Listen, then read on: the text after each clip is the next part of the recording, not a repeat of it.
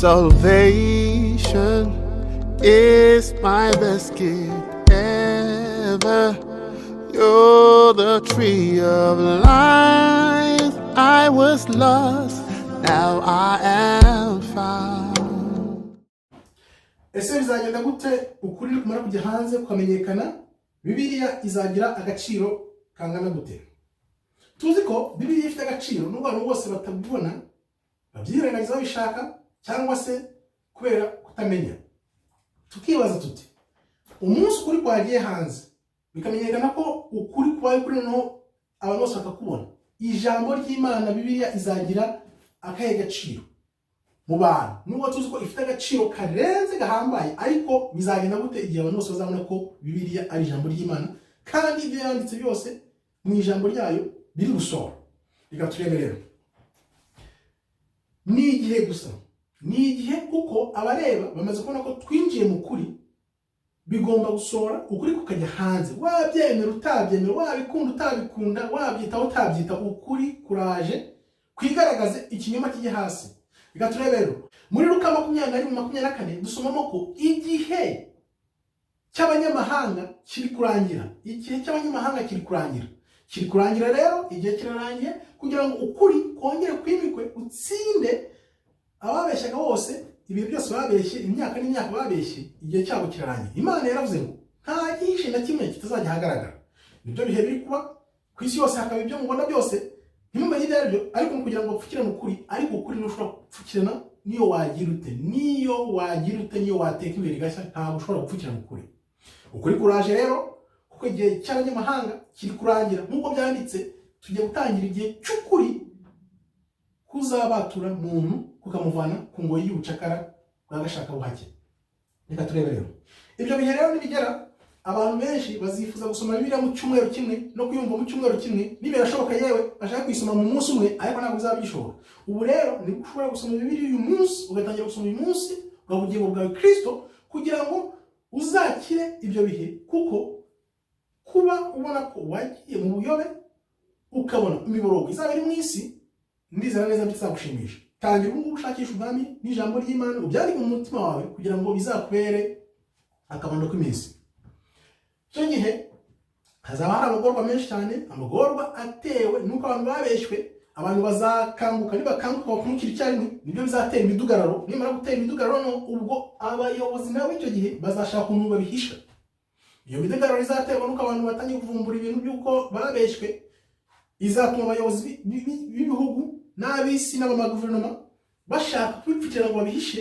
Ibyo rero nibyo bizatera akaduruvayo n'imidugararo myinshi cyane, kubera ko abayobozi bazaba bafite ko abantu bari kugenda bamenya ukuri. Hazagaruka bya bihe byo kugirira nabi abantu bigisha ijambo ry'Imana, abarisangiza abandi, abarisoma, za Bibiliya yewe zinakwe cyangwa zitwikwe nk'uko byagenze mu bihe bya kera, kuko nta gishya munsi y'izuba. Bizongera bibe kuko amateka yisubiramo, kandi n'ubwo bose yisubiramo ahoraho. Amateka ahoraho hano, ariko abantu ntago biga iby'amateka bigisha. Birababaje rero. Ubwo rero muri Amosi 8:11 reka turebe.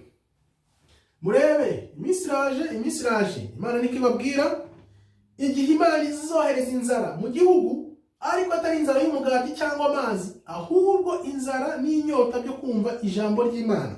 Ni ukuvuga ngo icyo gihe abantu bazaba bashaka ijambo ry'Imana, aho baryumva. Abayobozi b'ibihugu bazaba bamaze kuvana ijambo mu bantu, bamaze kurica, bamaze kugirira n'abantu bigisha ijambo ry'Imana no kubasagarira no kuza kwigisha ijambo, kuko bazaba bafite ibindi bintu bashaka kwigisha abantu kugira ngo bongere basubize inyuma mu buyobe.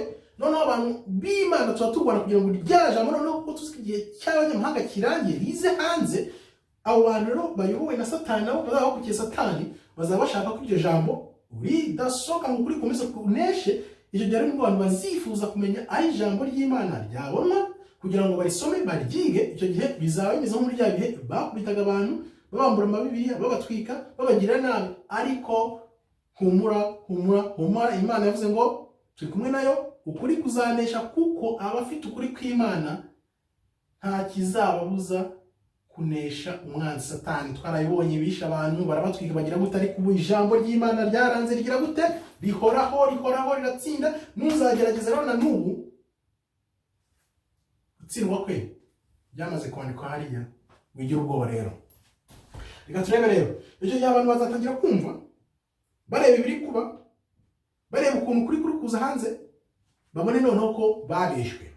Abantu bazamenya ko babeshywe, icyo gihe isi izakwira imiborogo, ariko abantu Imana yatoranyije bayikurikiye bakayumvira, nta bibazo bazaba bafite kuko bazaba bafite ukuri mu ijambo ry'Imana kuzanesha kuganza isi n'ibizaba biberamo, kuko biranditse kandi Imana ntibeshya.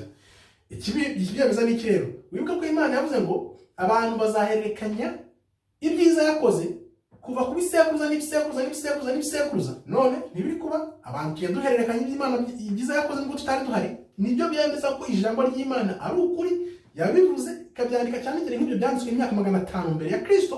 None byagiye bisoza imyaka n'imyaka kugeza na n'ubu tukivuga ibyiza Imana yakoze nubwo tutari duhari. Ni ukuvuga rero ko iby'Imana ivuga byanditse mu ijambo ryayo muri Zaburi 145:4.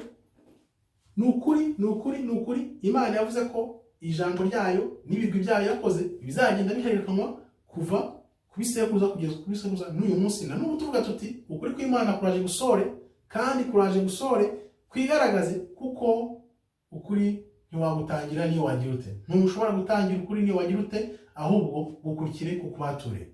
Murakoze rero, Imana ikomeze ibarinde. Shalom, shalom, shalom.